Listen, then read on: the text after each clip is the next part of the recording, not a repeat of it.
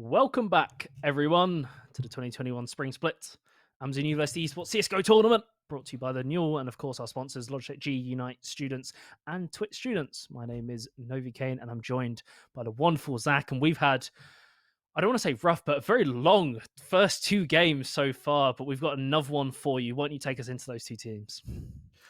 Yeah, so Bath A versus half natty head tappers. Sorry if I'm looking away. I'm just looking at my notes on the other screen. Lancaster are half natty head tappers, as you can see above me, just up there. So we will be referring to them as Lancaster. A bit difficult to pronounce that name, but yeah, both are really strong teams. Both of them, I think Bath the stronger of the two. Lancaster in the past across Newell have been a bit of a force, but fallen off recently. Not quite from the top, but they're not as good as they were. Still, I'd say one of the top 5 teams in the competition. And at the moment, we've only got that they're both 1-0. Of course, they have played 2 other games, so they're both on a bit of a winning streak at the moment. So it should be a good one coming into this. Both of them definitely fragging teams rather than tactical, I would say.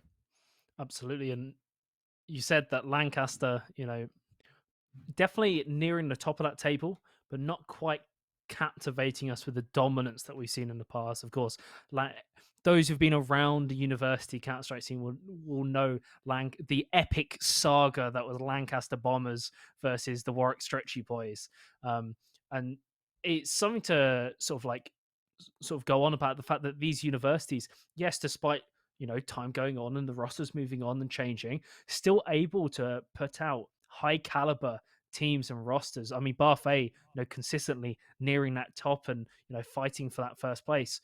Still here again, still in the top, and they've won their first 2 games 2-0, haven't they? So it looks to be a very, very good matchup. Very excited. We talked about maps beforehand, and we went, yeah, we're not going to see these, and these. We'll probably see, Inferno or something like that, and then we just go get Nuke. So I have no chance. What map do you want to see?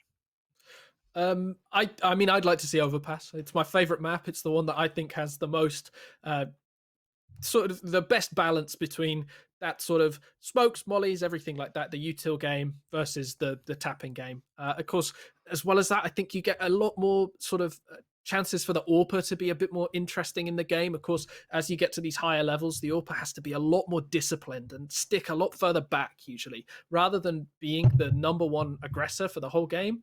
The AWPer is more of a sort of a support player almost for the rest of the team at that point, rather than the top player.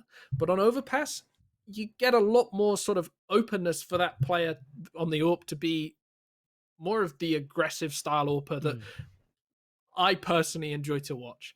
Of course, there are other maps that you can do that on as well, but I think Overpass is the one that has the best potential for that AWPer. I mean, we saw it last game with Orb, just on T side, that AWP. I mean, he looked like he was in a different league compared to the other AWPers that we've seen so far today. And it shows that, when there's that much space and movement and so many options that each player has to tick off, you're a little bit lucky, but also play and try and mitigate the risk. You can get some very exciting, aggressive style AWPing, both on CT and T side. It goes both ways. And hopefully we'll be able to get the map vetoes, or at least the map up, and so we get to see and have a talk about that as well. Still waiting on it apparently, so we will be getting there, but they are in the server soon. Of course, these two teams, I think ability wise, as you said, they're both sort of fragging heavy teams.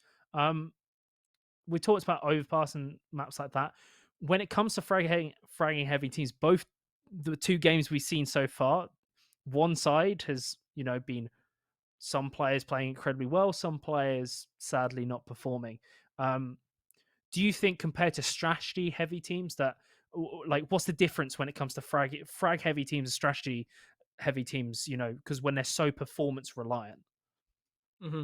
Yeah, well, I think that the thing about Bath and Lancaster is that both teams have a pretty full roster of fraggy players, rather than the other teams where, of course, the more tactical teams, even though they have one player maybe not performing as they should be, they still can come out with something a bit better.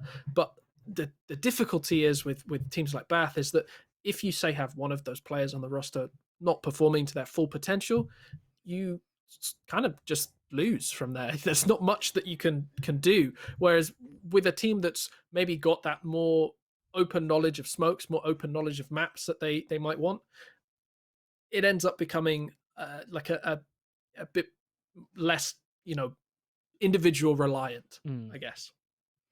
They can levy that advantage and use strategy and I mean, we were saying it for the game, like, why aren't you changing your CT side up? Why aren't you switching this player out somewhere where they can actually be, useful? Yeah, Obviously, they're yeah. having no impact where they are. Try them somewhere else. Try and get something out of them. And we saw it as soon as we got to CT side. Suddenly, Merlin popped off, and he had a really good half. And the same side with Yuki in the first game. First half, barely anything on the CT side. T side suddenly woke up, suddenly was in their element in a role that they felt comfortable with. And so that really comes down to, IGLing and being able to read the game as you go. And that's leadership skills. Of course, with teams who are trading rosters and trading players out, you don't usually have that core sort of roster who knows each other really well. Sometimes there is a new player who's just joined a university who's really talented, gets put straight onto the best team, and they've got to adapt to whatever style's going on. And really that comes down to the IGL, or even if they have a coach, to assimilate them into the team as well as they can do. So it'll be really interesting. Of course, the map is going to be the either the most surprising or the most boring thing. We're talking about hot takes beforehand. It's either going to be a very boring thing or the hottest take of Nuke or Vertigo or something like that. I think I'd like to see Vertigo. I think that's one that maybe people sleep on a little bit as a map that does have like quite a lot of potential for a T-sided team. If you know that you are good at taking heads off with the AK-47, Vertigo genuinely might be the map that you might want to start defaulting to as a map, as your surprise map. Most of these teams will have a map that they have just sat in the back of their mind. They think, right, we'll keep the basics. We'll know Dust 2, we'll know Mirage, we'll know Overpass, and then we'll just keep Nuke in the back locker just in case. If there's a team that ban all three of those, that's the one we'll go to, and that's the one we'll stick around with. And I really think for these teams that know that they can rip off heads consistently, Vertigo should be that map for them. In all honesty, I can't think of another map really that has the same T-sided potential that that Vertigo has. And actually, going into this, we don't have the veto anymore. We do have the map, but the veto unfortunately has been lost. So we will be playing on Nuke once again. We get back into it, and another one that we weren't really expecting at all.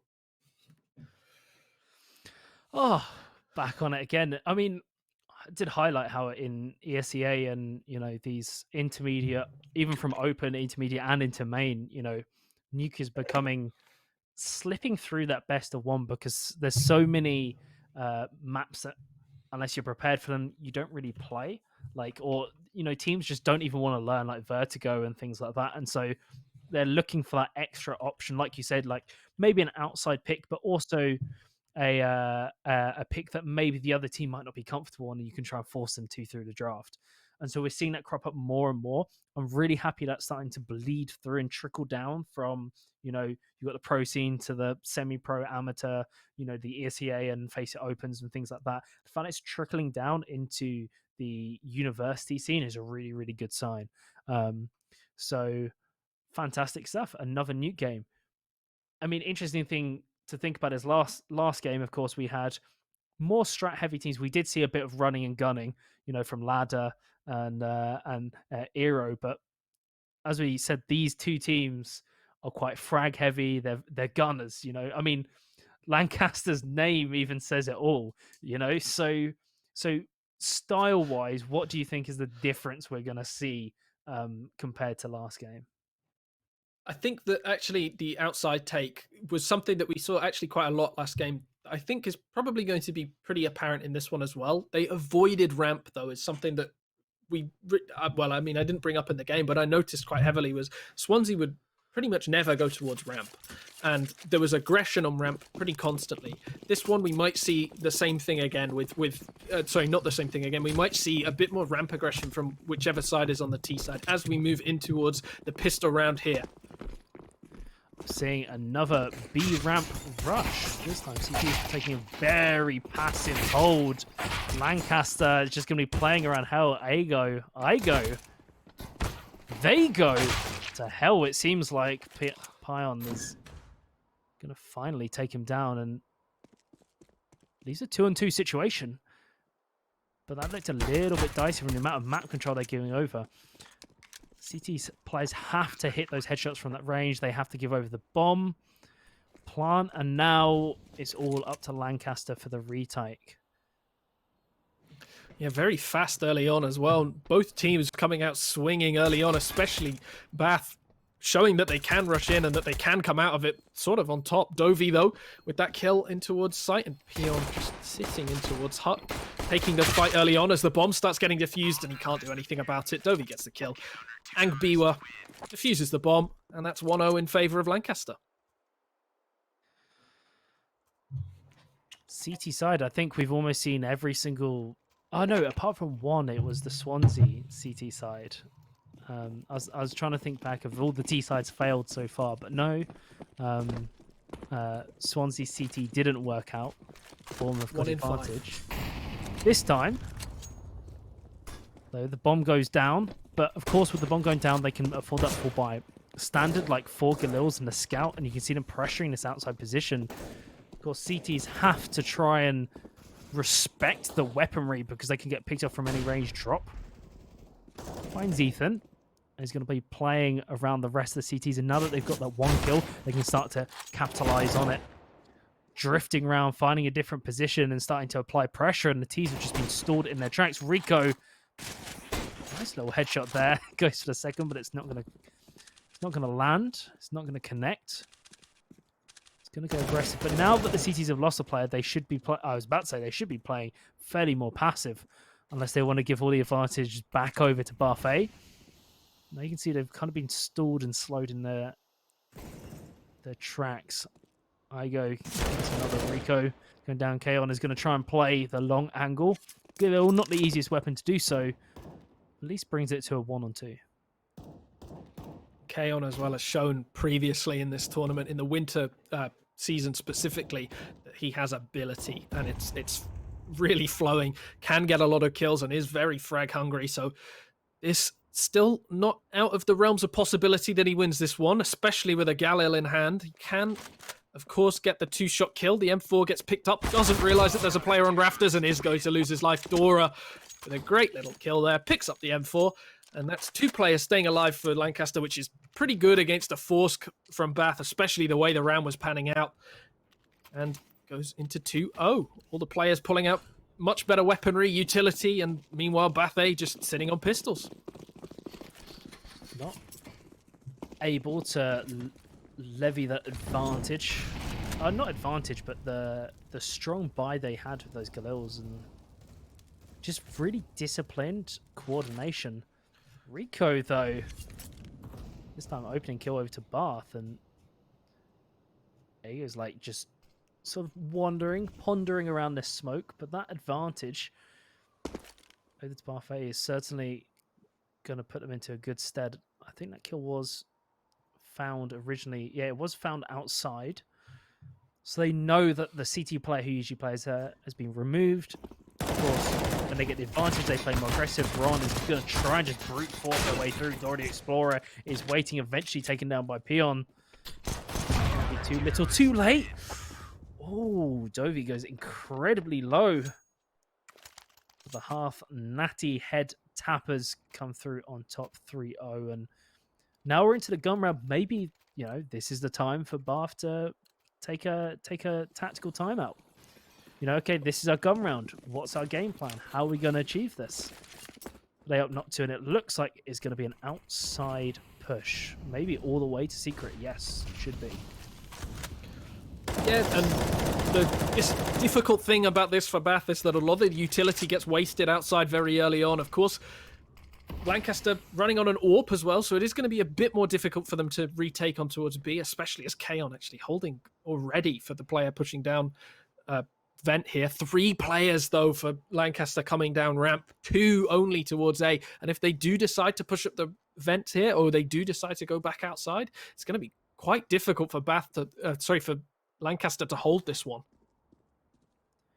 Maybe it comes down to Bath just being 200 IQ and actually try and put up back round and go towards A site. You know, you can kind of predict that the CT is going to be pulled out. Ethan and Biwa down. Dora goes down as well. Ago eventually, but it's too little, too late. Kaon finally flanks the CT players.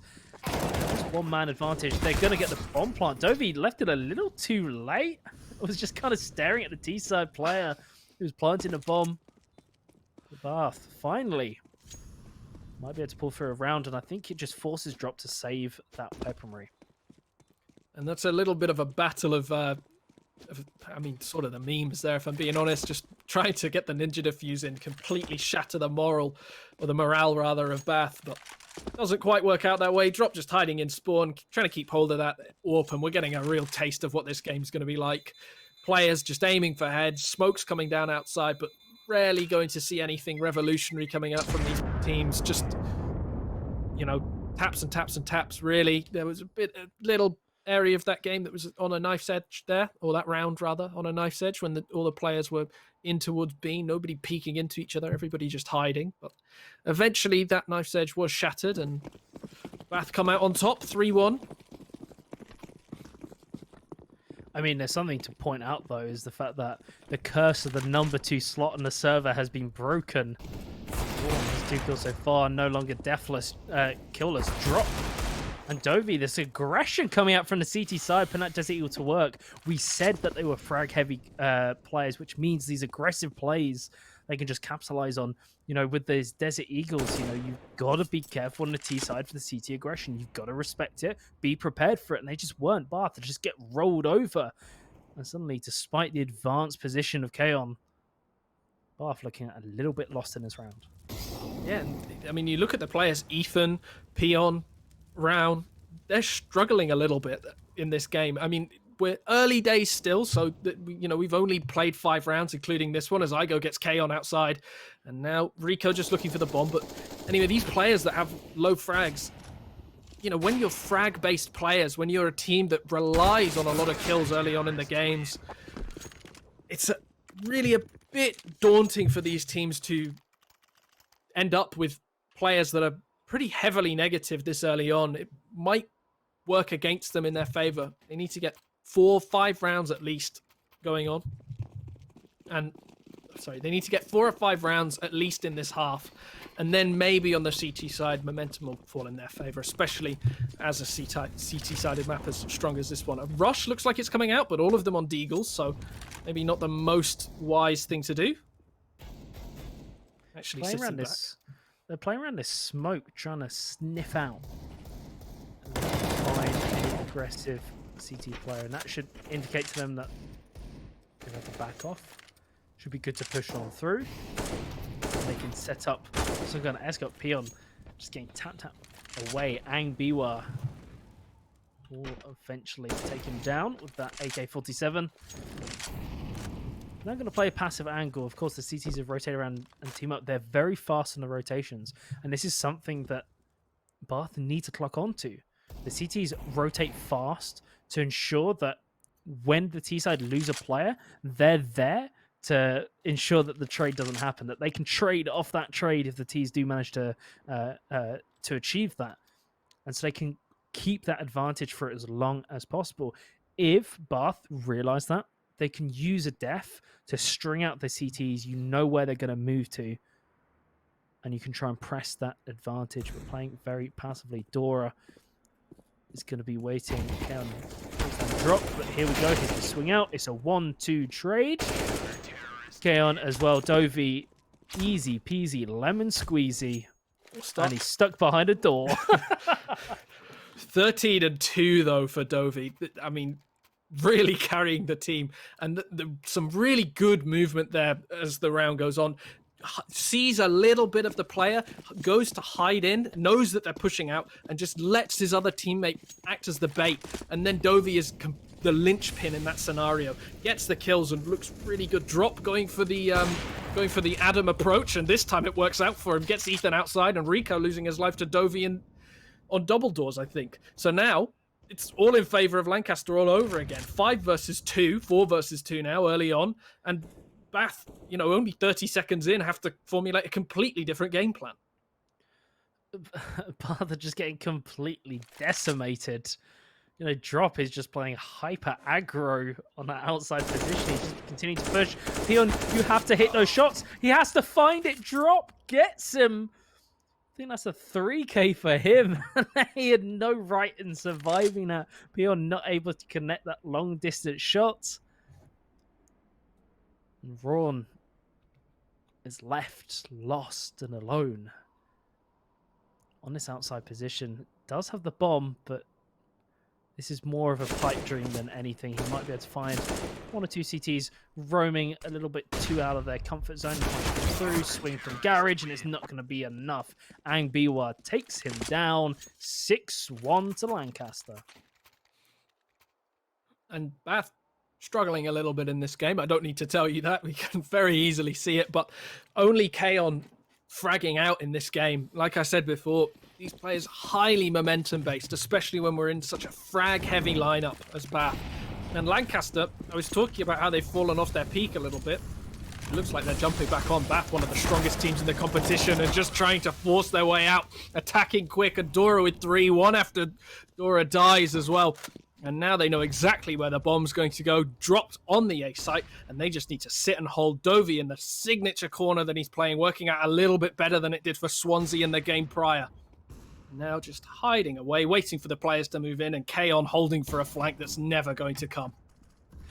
Drop picks up one more, and I think he just saw the T on the terrorist. Kaon just sitting there. But whether he repeats that or not, I think this is a done and dusted round. Lancaster will move on to 7-1. See, Dovey's gonna swing here. Gonna try and tap away. Drop's gonna peek the angle. He's so confident. I mean, Dora the Explorer picking up huge Molotov damage. Ever the educator of children, the lesson here today is don't play with matches, don't play with fire, stay away from the hot stuff, because that's what happens. 3 players go down and the round is just over for Bar. And maybe Bath could sort of benefit from getting the map that Dora's got to lead them on the way to win a round, because they're really struggling at the moment and not having a great time as Drop with that aggression, so aggro early on, thinks that he can do anything at the moment. 8-4 and feeling good, walks straight past him, Kaon in the smoke though, and still gets the kill, and now that's the AWP in Kaon's hands. One of the best players on Bath now has an AWP, and it's going to be a real struggle for Lancaster to get over this. That's one of their best players gone, and the AWP in the hands of Bath. Here's the B ramp push. You can see that all stacked out. I go free fire just yet. He does find a headshot. Or more accurately, doesn't find a headshot. He gets so close. Rico going all the way low down to 11 HP. Dora the Explorer is just going to be yeeting on through behind. He was going to play from the stairs position into the control room. Finds one headshot. He's going to be picking apart Bath. That's huge damage going over, though. Dovey, though, is here to back up the team. Incredible 15 kills to 3 of 5 KD so far. Shows no sign of stopping. Dora's going to be backing him up as they walking in onto site. Peon goes down. And no matter what Bath throw out, Lancaster has an answer. Yeah, even throwing away the life early on Drop, still, Bath can't find a way through. They've got the advantage in men. In fact, they got 2 kills early on, completely with what, 90 damage in response. That's a massive discrepancy there, and Bath still lose the round. Lancaster looking far better early on, and Bath maybe want to use one of those timeouts that we've been talking about throughout this entire stream so far. We need to see some timeouts coming out from these teams, because Bath, they have 1 round on the board, and we're on the 10th now. A timeout just to get their heads back in the game, think a little bit, and think about where the vulnerable spots on the Lancaster team are, because right now they're running into a brick wall. I seem to remember seeing some of these Bath players play before, and I seem to remember Ethan being very strong individually, but sitting on 2 and 10, not having him you would like. And still so much utility, though, on the CT side to play. Like, we've got a minute has gone, but even with the utility, they'll still play hyper aggressive. Ang Biwa has to back off of the Dovey to take it down. And this finally might go to the side of Bath, but Dora's just waiting in the wings for the AK-47. The double kill goes out, tries to go for the triple, but it's not going to be enough, and it's all up to Igo, the B ramp player, the anchor player, is going for the second. Oh. He messes up the spray. Rico just comes out in front. Rico shuts that dream down, and man, Bath on the board once more. 1 HP on Rico as well. And if there's an M4 on Igo there, that's a 1 round. Easy peasy. Picks up the AUG for that range attack so that you can play on ramp. Nice and easy pickings there, but just doesn't work out when the retake comes in. And a great nade from Igo there, and trying to make up for it now, spraying down as many as Igo can, and only gets 1, but look at all that damage on the Bath A side. Almost no health on 3 of the players, 1 bullet away from death. And now Angbiwa gets 1, tries to spray down the second, of course, in a fight with Round, who was 2 bullets away from death. And now 3 versus 3, but the health advantage, the utility advantage as well, all in favor of Lancaster. These Molotovs can come down from Bath and they can do what they want with them, but there's smokes on Lancaster that can completely put them out and stop any chances that they have of slowing down this attack, this assault that they've got on. Peon, though, gets the kill on Dovey on ramp. Now 2 versus 2, Dora low. Peon takes advantage of it, drop. 1 versus 1 now, gets the first kill. Doesn't know that Round's low on HP, doesn't know that Round's right above him. Walking around, looking for the kill, and now looking up, but unfortunately misses. Oh my god!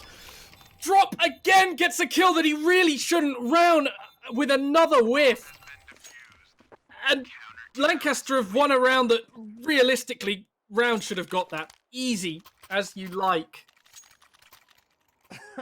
Karma has a way of working its way around, doesn't it? You know, last round Lancaster, Igo unfortunately whiffs the spray. It's not enough to secure the win. And this time Bath, same thing happened. Somehow Drop gets shot in the back, has enough time to 180 in quick scope. The last remaining terrorist playing count going to brute force their way through. Dovey, another strong fragger, but there's always 1 more around the corner. Angbiwa, Dora the Explorer, just absolute domination in a fantastic style. Peon tries their best to try and reply, but there is always a man advantage for Lancaster, and they are relentless in their pursuit of victory. 10-2 Lancaster. This isn't a normal CT side. This is domination. And you can look and you can say Angbiwa's not performing the best. Igo isn't performing the best. They're still positive, mind. But you can look at them and say, those aren't the players that are fragging out. It doesn't matter. They've got Dora there to get the kill. They're the bait that allows the other team members to get the kills. And support players just actively helping out their team. It's really fantastic stuff because the team play on this Lancaster side is absolutely outmatching Bath in every single way. It is the lament of the lonely B ramp player. You know, you sit there and you look like you've had no impact, but it's really you only have impact as they come towards you. Unlike Drop, who gets to go outside and it's just free pickings for him with the AWP. He's going fishing and everyone is biting on the side of Bath. Nobody's going to push around into lobby as well. And I mean, even with it even. Of the kills going 2-2, Lancaster is still like favorites in this to win this round and come out on top. Drop messing up the heaven ladder. He's going to sort of back off into this position. Molotov, they've lost the information and potentially this could be huge by Rico. No, Kaon picks him out, and finally Bath might be able to capitalize this round. If Igo somehow wins this, it would just be absolute insanity. Yeah, only 1 bullet away from death as well. That player in heaven should be able to mop him up nice and easy. But if he does get out, as Rico does start looking away, if he does take the fates on Kaon, he can get the kill. Throws the Molotov as well to force him out. I'm just looking for the kill, but Kaon swings and mops up Igo nice and easily. 3-10. Bath get their 3rd round on the board and looking a bit stronger in that round. Still not as convincing as maybe they would have liked. Lancaster still fighting tooth and nail to win it, even when they're down. And now, actually, the economy for Lancaster's very poor. The Bath players have clearly been chipping away round after round, and you can see 2 players only on Deagles, 1 on a FAMAS. No utility whatsoever. Dora the only one with a nade and a smoke. And that's it for the Lancaster team. Is it going to be enough? That's the question. Rico is Angbiwa, but Dovey immediately replies. He's going to trade that one immediately back. Drop finds one with the AWP, and he might just look to save that weaponry, but Dora is still in play. He's going to play around this AWP, always baiting for the shots, trying to convince the T side to peek him, but Kaon is too quick on that trigger. Headshot and a body shot to take down Drop.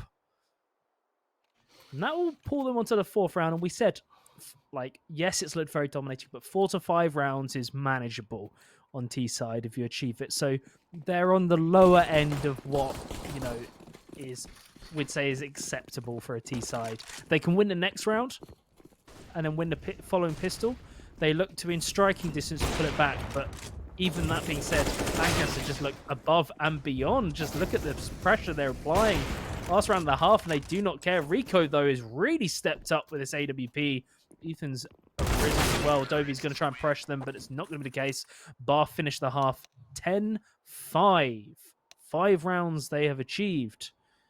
And most of that coming in, as you can see on the scoreboard, in the last portion of that half. Well, I mean, they almost get 2 rounds, not quite for free, but heavily discounted there.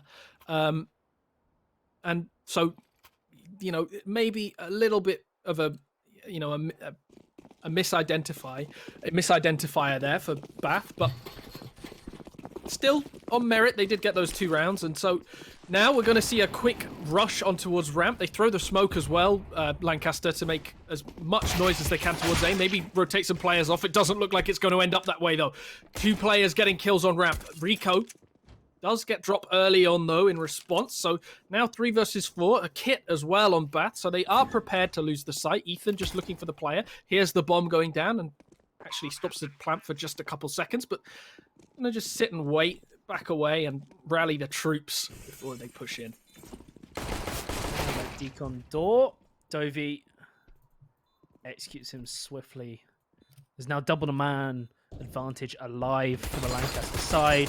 Should be fairly easy pickings unless they walk straight into the waiting arms of the CTs. Still nothing time remaining. Kaon's incredibly low. Pions goes down as well. This should be easy. There we go. 1, 2, 3. Swing half natty head tappers. Win the pistol round. And Bath, as you said, yes, it looked like they were building up momentum, but they were basically into like ecos and force buys. And when it comes to an even gunfight, pistol on pistol, not able to pull it through onto fruition, and they are going for the full eco this round. Yep, maybe a little bit of a mistake on the full eco. I think I'd have liked to see a force. I know it's a little bit early to say that, but that's going to allow Lancaster onto a 12-5, and then after that, of course, Bath going to struggle with utility going into this as the CT side. They'll be on a roughly 4,500, which will allow armor, an M4, and 3 nades. It's not going to be fantastic for them. Molotovs are going to be in a little bit difficult, and of course they are in high demand when you're playing on the A site, but pushing in towards drop there, Ethan, and now holding for the push, Dovi, but can't get the kill as the flash comes in. Great team play there from Bath to take down the player outside, and maybe a little bit complacent from Lancaster to allow it to happen. Complacency might be the answer, or the gift that Bath need. That's not going to be the case. Igo and Dovi just storming onto the site. There's kills going left, right, and center. But Lancaster come out on top, 12-5. And now, as you said, gun rounder sitting around 4,800, 4,900. Some utility, actually, a fairly decent buy. They're shifting out of the head armor, so the players to watch actually in this round are Angbiwa and Aiko on those Khalils, because suddenly they get a lot more bang for their buck on those weapons. All drop. Gonna go for the vent. Ooh, Ethan sprays through that smoke. Managed to see if there's any other players playing towards that vent. Drop just Drop's like disappeared. Drop just disappeared off the face of the planet. He went down. And he's come back up and he's saying hello from behind. Peon gets executed from behind. Lancaster have the player advantage. Kaon's gonna get pressured out of heaven, and you know, he's just questioning, where are these T's coming from? Why are they everywhere? Drop is a nightmare. He's finding these kills everywhere, and the CTs just seem baffled and bemused by where they're coming from. Even Igo stepping up, a player who is relatively quiet as the anchor player in B last half. is now having a very, very good display of ability, and Drop completely dismantles Bath A.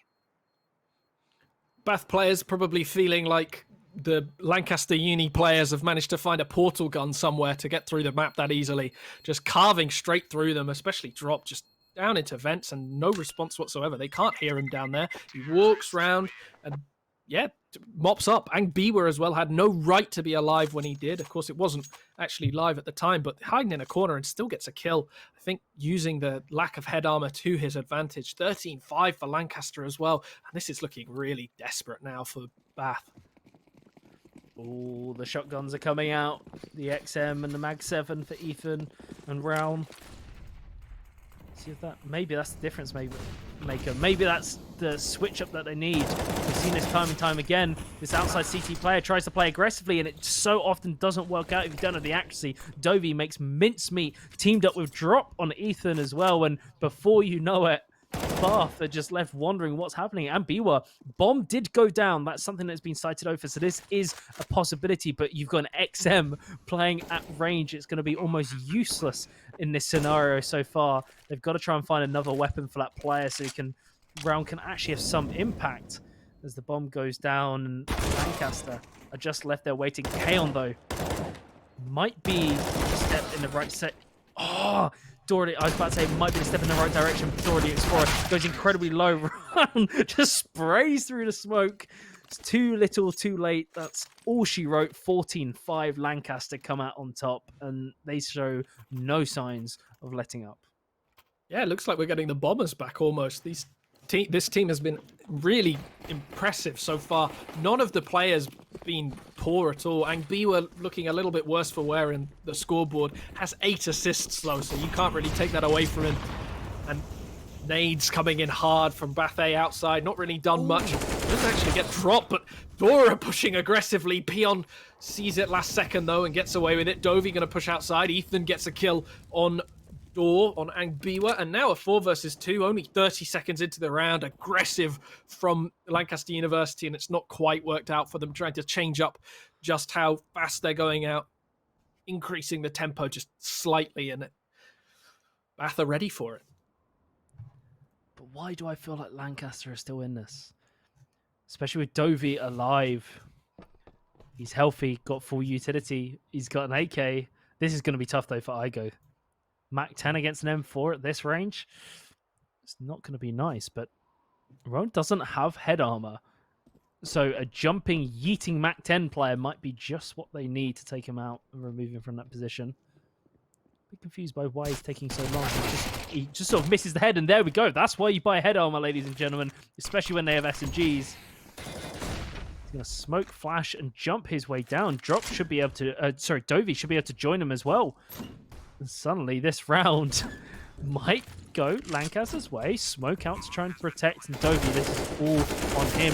Free fire coming out from Ethan. Peon stack up for him. It's a double kill that goes his way. Kaon is going to try and play the long ankle, but it's not going to be enough. And he's left in a 1 versus 2 situation. Utility being thrown out.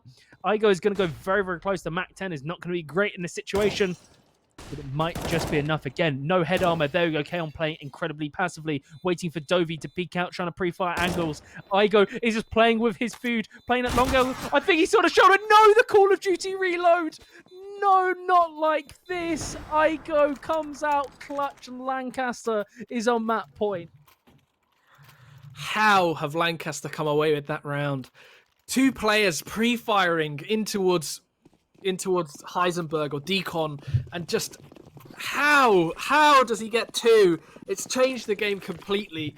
Well, it's not changed the game, but it changed the round completely. And now we're seeing a rush coming out from them. Drop with the early kill on Peon. Molotov's early as well from Bath, and just avoiding death there, Ethan. 15-5, and it looks like it's going to be 16 if this keeps up. Drop holding, waiting for a player to peek into him. Can't quite get anything. Actually, I say this, he managed to tear the head off of Ethan. And now Round with that XM. Didn't do fantastically with it before. Trades 1 for 1, and that's not going to be enough if they want to win the round. 4 versus 2. 1 player a little bit low for Lancaster, and Kaon might be able to get one here, but no. Whiffs a bit on Dovey. Rico with it all to do 1 versus 1. No scope by Drop, and that's 16-5 to Lancaster. And that's the map for them. oh, we were pegging this to be a very close game, but it just wasn't the case. Lancaster, they look like Lancaster Bombers of old. This roster is terrifying. You know, their team play is just absolutely incredible. Not only do they have that fragging ability, but every time they find a kill or every time they die, they manage to group up, trade, or even just push the advantage even further. They are scary. Yeah, I honestly, if there's a team that's going to fight against Sea Stags, this is the one. They've been incredible in that game. 16-5 is not a small victory. 16-5 is a demolition. Not a single round lost on the CT side for them. I just sorry, on the T side rather. It's just shocking, honestly. Incredible stuff. Just absolutely congratulations. Well done, Lancaster University. Well done, the half natty head tappers. Incredible performance, 16-5. Commiserations to Bath A. But that is all, folks. I think you've enjoyed the run we've had. We've had an overtime game. We've had some incredible demonstration of skill and performance in the form of Lancaster University, bringing that to the forefront, as well as our earlier games. Kiel trying to give us that underdog comeback, which didn't quite come through. You know, we've had some great games today, but thank you from, you know, the Newell and everyone at home for watching as well. Thank you to you guys as well. Thank you to our sponsors, Logitech G, Unite students, and Twitch students. And thank you, Zach, for joining me. I mean, that was what a cast. That was just incredible amounts of fun, wasn't it? Yeah, that was great. Also, we can't be remiss without talking about the backroom staff as well. Of course. So at the moment, we've got Fraser and Salty J on tonight. I think if you type exclamation mark talent in the chat, you can see everybody that's been working on this stream tonight to bring everything to you. Yeah, fantastic observing, fantastic producing, and you can see more coming this week. There will be more games, more streams, so make sure you tune in. It should be similar time tomorrow as well, so we shall see you then. Thank you everybody for watching tonight, and good night.